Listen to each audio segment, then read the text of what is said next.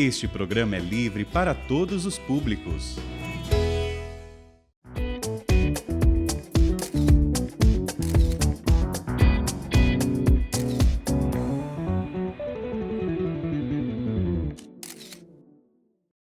Programa circulando, estamos aqui no pátio do colégio, o local onde nasceu a cidade de São Paulo, o início da maior capital do Brasil e da América Latina.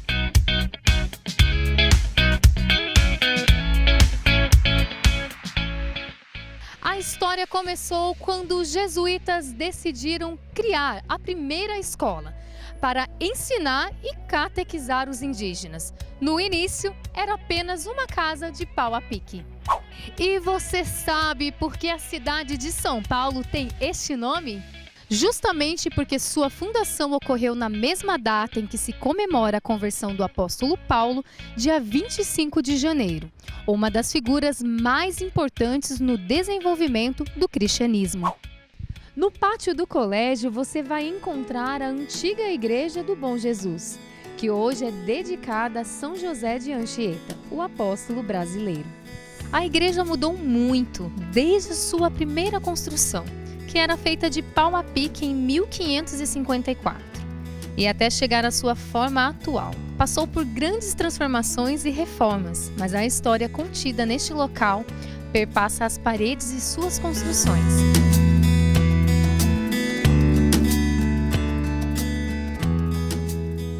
A reforma empreendida em 2009 na Igreja São José de Anchieta, ainda era beato, né, José de Anchieta, ela procurou resgatar um pouco do que era a história das igrejas antigas aqui, mas numa linguagem nova, né? Toda a reforma foi assinado o projeto pelo Cláudio Pastro, importante artista sacro brasileiro. Então hoje nós temos aqui, por exemplo, os painéis do Cláudio Pastro, que mostram um pouco da história da missão da Companhia de Jesus na figura do Padre Anchieta e também do Nóbrega. E nós temos também outros elementos muito importantes, por exemplo, a mesa da palavra no meio da Assembleia, no meio do povo de Deus, né? Então Cláudio Pastro, junto com o nosso diretor, Padre Contieri, fez todo um projeto para que a arte estivesse a serviço da liturgia. Nós temos o nosso altar, é uma grande pedra, né, sólida, de granito vermelho, de quase 4 toneladas, né, que representa justamente essa pedra angular que é o próprio Cristo, né? Então, todos os elementos dessa igreja, eles têm um significado próprio da liturgia.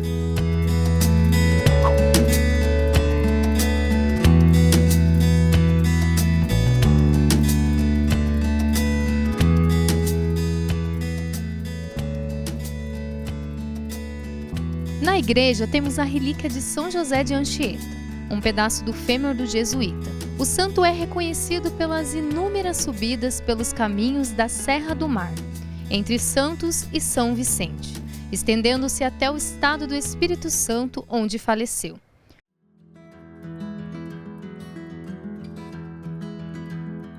Museu Anchieta, inaugurado em 1979, com o objetivo de resgatar a memória e a importância da fundação da cidade de São Paulo.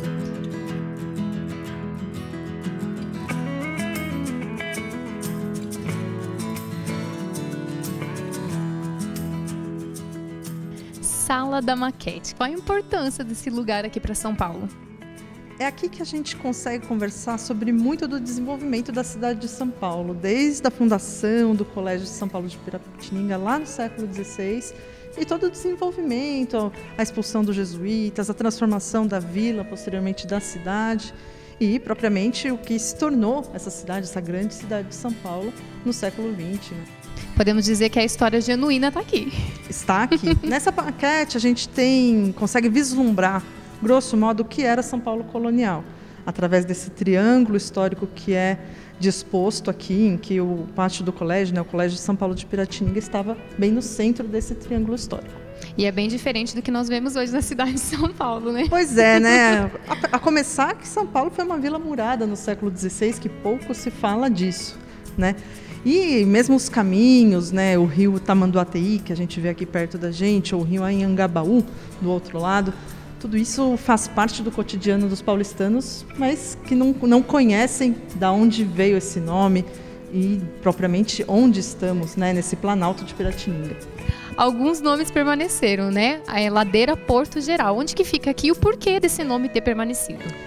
Aqui no Tamanduateí, nesse rio bem curvilíneo, a gente tem um dos caminhos que é a ladeira Porto Geral, né? Hoje mantém-se o nome da ladeira Porto Geral, que dá acesso à rua 25 de Março. E por que Porto Geral? Todo o comércio era abastecido por barcos, por embarcações que vinham aqui do Tamanduateí. Então esse nome, né, o Porto Geral, que hoje diz tão pouco pra gente, na verdade ele diz muito da história de São Paulo e dessa região do Planalto.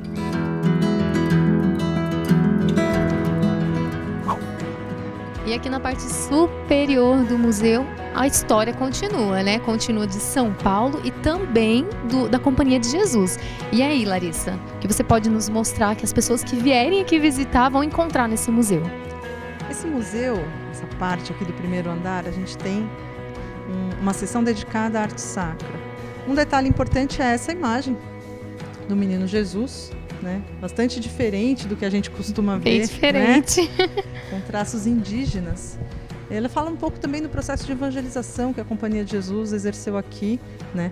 Quando eles ensinavam para esses índios que Jesus se fez à imagem e semelhança dos homens, falavam de que homens? De todos, incluindo eles mesmos, os indígenas. Então, nada mais simbólico do que a construção dessa figura do menino Jesus com traços indígenas.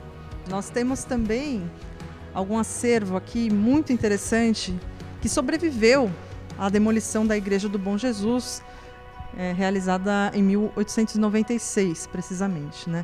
Essa é a imagem de Santo Inácio de Loyola, fundador da Companhia de Jesus, que data do século XVII, portanto anterior.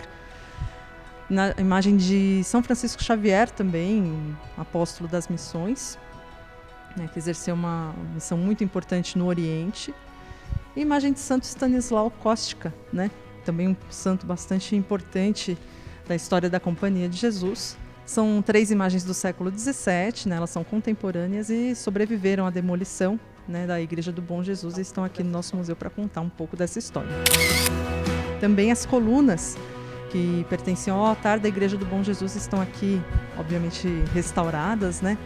E com esses traços indígenas muito característicos dessa arte singular aqui no Brasil.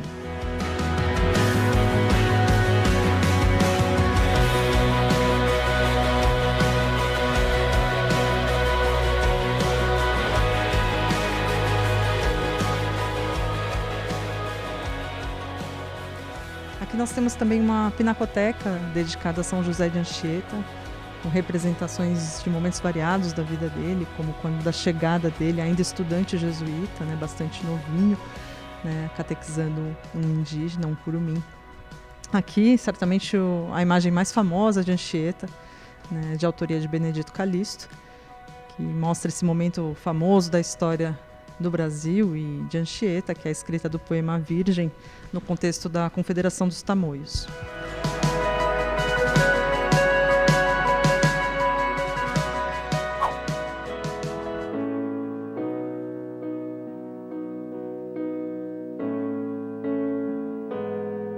E agora nós estamos na Sala das Relíquias. Aqui nós temos relíquias de Santa Rita, São Luís Gonzaga, São Tomás de Aquino e outros santos da igreja. E as relíquias de São José de Anchieta. O Marquês de Pombal expulsa os jesuítas no século XVIII. Ele não expulsa apenas os jesuítas vivos, mas toda a memória, né, da Companhia de Jesus. Então também as relíquias de Anchieta vão ser novamente exumadas e vão ser expulsas junto com os jesuítas, né, no século XVIII. Perdeu-se notícia disso, né? Sabia-se que os ossos de Anchieta tinham sido envoltos num tecido, colocados numa urna de jacarandá, né, de madeira, e enviados para a Europa, né? Perdeu-se notícia disso durante todo o século XVIII, durante todo o século XIX, até que no século XX, bem dizer ontem, né, na década de 1960, então bastante recente, encontraram numa universidade em Portugal um baú de madeira, né? Sabia-se, né, dessa lenda, quase uma lenda, né, das relíquias de Anchieta. E quando encontraram esse baú e abriram, tinha ossos, além de uma cruz e de um tecido. Esse osso, né, na década de 1960, nós já tínhamos a tecnologia, né, dos testes de DNA e sabia-se, né, dessa história. Fez-se, então, um comparativo, né, um exame de DNA com a ossada que sabia-se de Anchieta, que estava em Roma, e atestaram propriamente a autenticidade dessas relíquias, né. Esse baú é este, que nós estamos aqui, né, o baú também veio, né, ele é também uma relíquia, né. Aqui nós temos o manto de Anchieta, que envolviam os ossos, né. Então esse manto ele foi restaurado na década de 1980. Né. Aqui nós temos a cruz que pertencia a Anchieta. Que tal conhecer a parte subterrânea do pátio do colégio? Visitamos a cripta, Biblioteca Padre Antônio Vieira e o Museu de História Natural.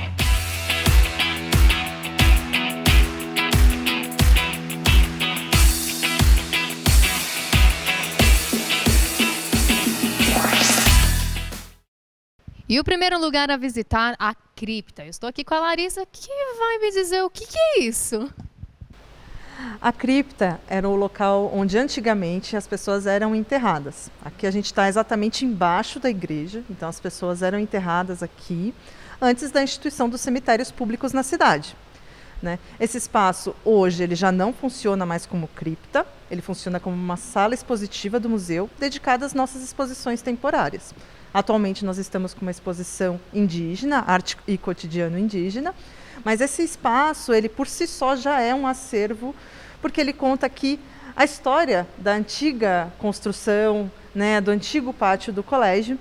Vocês podem ver algumas paredes aqui no entorno dessa cripta, paredes de pedra assentadas em barro, que serviam de fundação da Igreja do Bom Jesus, a antiga igreja do pátio do colégio. E por que não tem mais os corpos aqui? O que aconteceu? Toda a igreja, assim como todo o nosso complexo, ele foi reconstruído no século XX.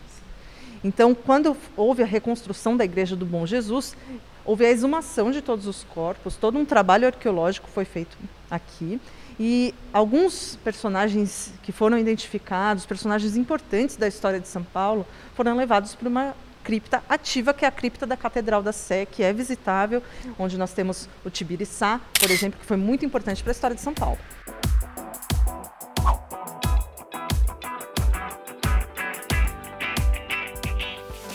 Biblioteca Padre Antônio Vieira. Aonde que nós estamos aqui? Acho que a galera não vai ter acesso, né, Larissa? Mas eu tive, gente. Aqui é uma biblioteca especializada na história da cidade de São Paulo e da Companhia de Jesus. Uma biblioteca que é aberta ao público, quem quiser vir consultar pode consultar, mas o nosso acervo é fechado. Então aqui o público não tem acesso às estantes, nós abrimos especialmente para essa gravação. E aqui atrás de mim nós temos o acervo de história, de obras raras, que conta tanto a história da Companhia de Jesus quanto a história da cidade de São Paulo. O nosso acervo é um acervo que data desde o século XVI até obras bem atuais, do século XXI, com essa temática da história de São Paulo e da história da Companhia de Jesus. Então é uma biblioteca de referência. Nosso catálogo está online, então quem está em casa quiser saber o que nós temos, né, pode consultar através do nosso site e vir aqui pesquisar. Biblioteca aberta a todos. Quantas obras mais ou menos você sabe dizer assim? De acervo? Nós temos mais de 30 mil obras aqui.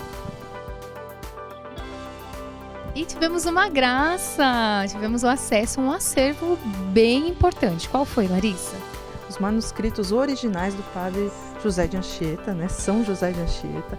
Nós temos aqui na nossa biblioteca um acervo de manuscritos e entre eles os votos escritos pelo Anchieta, além de cartas também de autoria do santo jesuíta.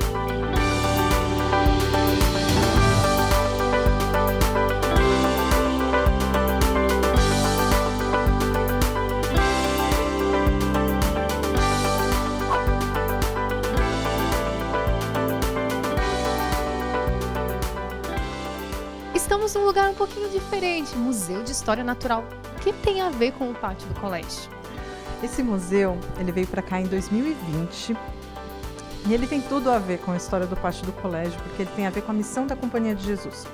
A missão da Companhia de Jesus, ela foi mais conhecida pelo processo de evangelização em diversos povos ao redor do mundo. No entanto, não só a evangelização. A gente tem uma frase aqui no início da sala, né, que conta um pouquinho que diversos meios foram utilizados pela Companhia de Jesus nessa missão.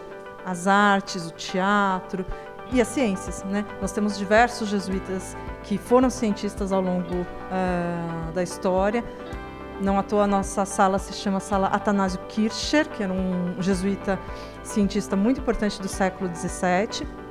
E esse museu de animais taxidermizados, ele é oriundo de Itu, de um colégio jesuíta, o Colégio São Luís, que foi fundado em Itu no século XIX. Esse colégio veio para São Paulo no início do século XX e mudou de sede justamente em 2020, quando esse museu veio para cá, e hoje está aberto à visitação de todos que venham aqui para o pátio do colégio.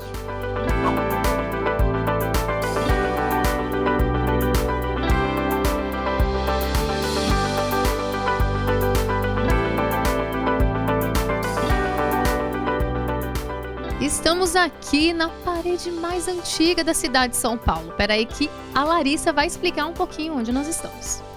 Essa parede, ela é um remanescente do Colégio de São Paulo de Piratininga. Ela é feita em taipa de pilão, que era uma técnica construtiva que usava da terra, de grandes caixotes de madeira chamados de tarpais, né?